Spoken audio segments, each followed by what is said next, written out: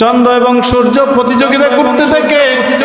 চন্দ্র এবং সূর্যের প্রতিযোগিতার মধ্য দিয়ে আল্লাহ রাব্বুল আলামিন সিদ্ধান্ত দিলেন যে সকালবেলায় সুবহে সাদিকের সময় আখিরি জামানার পয়গম্বর পৃথিবীতে আসবেন।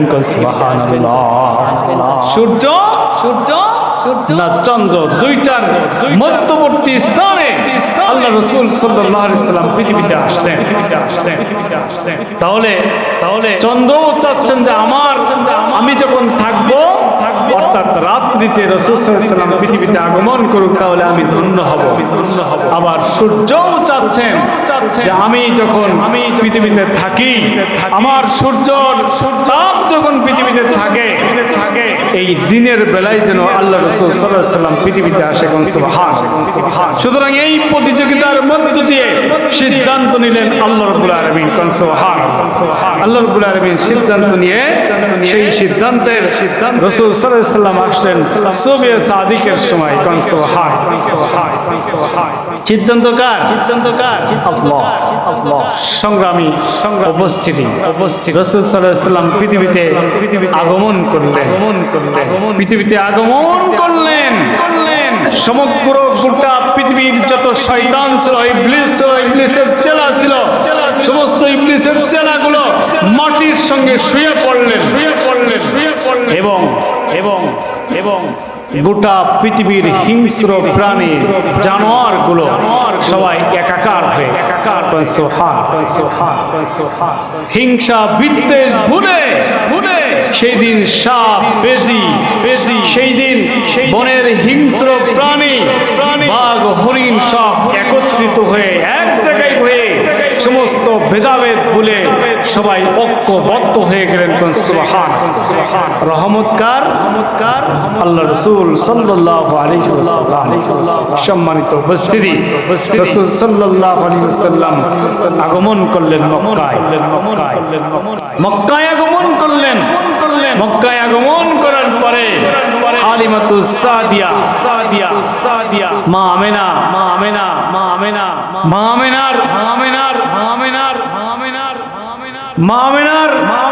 গর্ভের সন্তান।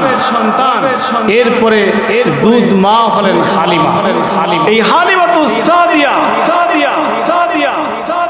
সকল বাচ্চাদেরকে দুধ খাওয়ানোর জন্য বেশি অর্থ দিয়ে সমস্ত বাচ্চাগুলো নিয়ে চলে গেল রাসূল সাল্লাল্লাহু আলাইহি ওয়াসাল্লামের জন্য।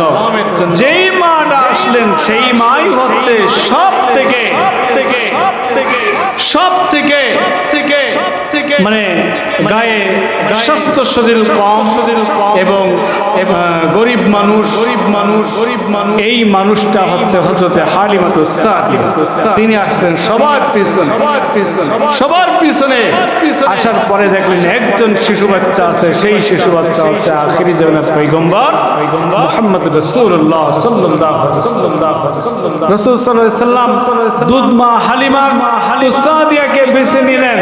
বেছে নেওয়ার পরে হালিমাতুস সাদিয়ার দুইটি স্তনের মধ্যে একটি স্তন হালিমাতুস সাদিয়া পান করলেন রাসূল সাল্লাল্লাহু আলাইহি ওয়াসাল্লাম। আরেকটি দুধ ভাই বোনদের জন্য রেখে দিলেন আখিরি জামানার পয়গম্বর রাসূলুল্লাহ সাল্লাল্লাহু আলাইহি ওয়াসাল্লাম। আরেকটি দুধে কখনো রাসূল সাল্লাল্লাহু আলাইহি ওয়াসাল্লাম মুখ দেননি। তিনি হচ্ছেন বিশ্বনবী মুহাম্মদ রাসূলুল্লাহ সাল্লাল্লাহু আলাইহি ওয়াসাল্লাম। বলা হয়েছে কিতাবে এসেছে হালিমাতুস সাদিয়ার যে ঘোড়াটা এসেছিল, যেই যানবাহনটা এসেছিল সে অত্যন্ত দুর্বল একটি যানবাহন এসেছিল হালিমাতুস সাদিয়ার। এই হালিমাতুস সাদিয়ার এই ছোট্ট দুর্বল প্রাণীটা আল্লাহ রাসূল সাল্লাল্লাহু আলাইহি ওয়াসাল্লাম হালিমাতুস সাদিয়ার অধীন হওয়ার কারণে এই দুর্বল ঘোড়াটি সওয়ালে পরিণত হয়ে গেল। সুবহান। হালিমাতুস সাদিয়ার গায়ে শক্তি এসে গেল, স্তনে দুধ এসে গেল। আখিরি জীবনের পয়গম্বর হালিমাতুস সাদিয়ার অধীনে যাওয়ার কারণে হালিমাতুস সাদিয়ার সমস্ত সবকিছু পরিবর্তন হয়ে গেল অত্যন্ত দ্রুততার সহিত। সুবহানাল্লাহ। হযরত হালিমাতুস সাদিয়া হুজুর সাল্লাল্লাহু আলাইহি ওয়াসাল্লাম একদিন এক অনুষ্ঠান কোথায় এক অনুষ্ঠানে বসে আছেন। হালিমাতুস সাদিয়া অত্যন্ত মুরব্বি হয়ে গেছে। হুজুর সাল্লাল্লাহু আলাইহি ওয়াসাল্লামের সামনে এসে হাজির হালিমাতুস সাদিয়া। হুজুর সাল্লাল্লাহু আলাইহি ওয়াসাল্লাম হালিমাতুস সাদিয়া রাদিয়াল্লাহু তাআলা আনহার মতন মানুষকে বসার জন্য তার গায়ের চাদর খুলে নিচে দিলেন, যে এই চাদরের উপরে হালিমাতুস সাদিয়া বসবে। সুবহানাল্লাহ। ইনি হচ্ছেন আপনার আমার নবী, বিশ্ব নবী মুহাম্মদ রাসূলুল্লাহ সাল্লাল্লাহু আলাইহি ওয়াসাল্লাম। সম্মানিত মক্কায় আখিরি জামানার পয়গম্বর ধীরে ধীরে আস্তে আস্তে বড় হতে লাগলেন। বড় হতে যখন আখিরি জামানার পয়গম্বর যখন 17 বছর বয়স, তখন মক্কার পরিবেশ দেখে আখিরি জামানার পয়গম্বর ব্যথায় ব্যথিত হয়ে তিনি হিলফুল নামক ফুজুলের ব্যবস্থা করলেন। যে একটি ফান্ড তৈরি করলেন, যেই ফান্ডের নাম দিলেন হিলফুল ফুজুল। কোন মানুষের কোন অধিকার ছিল না। বঞ্চিত দিশেহারা মানুষগুলোর প্রতিষ্ঠিত করবার জন্য আখিরি জামানার পয়গম্বর 17 বছর বয়সে হিলফুল নামক ফুজুল একটি সংস্থা, একটি সংঘ তিনি প্রতিষ্ঠিত করলেন। আর তার মাধ্যমে কিছু যুবক যুক্ত হয়ে গেল। সুবহানাল্লাহ।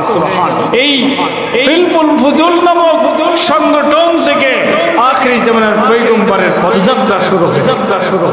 এই পদযাত্রা শুরু হতে তিনি 25 বছর বয়সে পদার্পণ করেন। 25 বছর বয়সে পদার্পণ করার পরে আখিরি জামানার পয়গম্বরের বিবাহ সম্পন্ন হযরতে খাদিজাতুল কুবরা রাদিয়াল্লাহু তাআলা আনহা। তিনি ছিলেন বিশিষ্ট ব্যবসায়ী। তিনি ছিলেন বিশিষ্ট ব্যবসায়ী। আখিরি জামানার পয়গম্বর যখন একটু বুঝতে শেখার পরে তিনি কর্মসংস্থানের জন্য চাচাকে বললেন, হযরতে আবু তালিবকে তিনি বললেন যে চাচা, আমি কাজ করতে চাই, আমি কর্ম করতে চাই, আমি বসে থাকতে চাই। এই আবু তালিবের মাধ্যমে চলে গেলেন কর্মসংস্থানের জন্য। তিনি গেলেন যে খাদিজা তখন ব্যবসায়ী, সব থেকে ধনাঢ্য ব্যক্তি। এই ধনাঢ্য ব্যক্তির কাছে উপস্থিত হয়ে বললেন যে আমার ভাতিজা কাজ করতে চায়, চাকরি করতে চায়, তোমার কি এমন কোনো কাজ আছে? এই কথা খাদিজা শোনার পরে বলছেন যে আমার তো তেমন বড় কোনো কাজ নেই আপাতত, কিন্তু আমার একটি ছোট্ট কাজ আছে। সেই ছোট্ট কাজই হচ্ছে বকরি রাখা কাজ। কি কাজ? বকরি রাখা কাজ, ছাগল রাখা কাজ। আর যারা বকরি রেখেছেন ছোটবেলায়, বকরি কিন্তু বিরাট বেয়াড়া। কি বলেন? বকরি, ছাগল, ভেড়া, এদের মতন বেয়াড়া প্রাণী আনলে ওদের যেতে বলবে একদিকে, ওরা যাবে আরেক দিকে। কি বলেন? আল্লাহ রাসূল সাল্লাল্লাহু আলাইহি ওয়াসাল্লাম বললেন, কাজ কখনো ছোট নয়, কাজ কখনো ছোট নয়, কর্ম কখনো ছোট নয়। আমি ওই কাজ করতে চাই যেই কাজ খাদিজার অধীনে এখন আছে, ওই কাজে আমি করতে চাই। আবু তালিব বিস্ময় বোধ করলেন, এত সুন্দর বালক, আমার এত সুন্দর ভাতিজা ছাগল চড়ানোর কাজেই রাজি হয়ে গেল। এটার দ্বারাই প্রমাণিত করে যে গোটা পৃথিবীর সমগ্র মানুষ কিছু না কিছু করতে হবে। বসে থাকার সুযোগ নেই। বসে থাকার সুযোগ নেই। বসে থাকলেই আপনি কোনো না কোনো বিপদে পড়ে যাবেন। সম্মানিত আল্লাহ রাসূল সাল্লাল্লাহু আলাইহি ওয়াসাল্লামের কাছে খাদিজা বকরি আর রশি বুঝিয়ে দিলেন।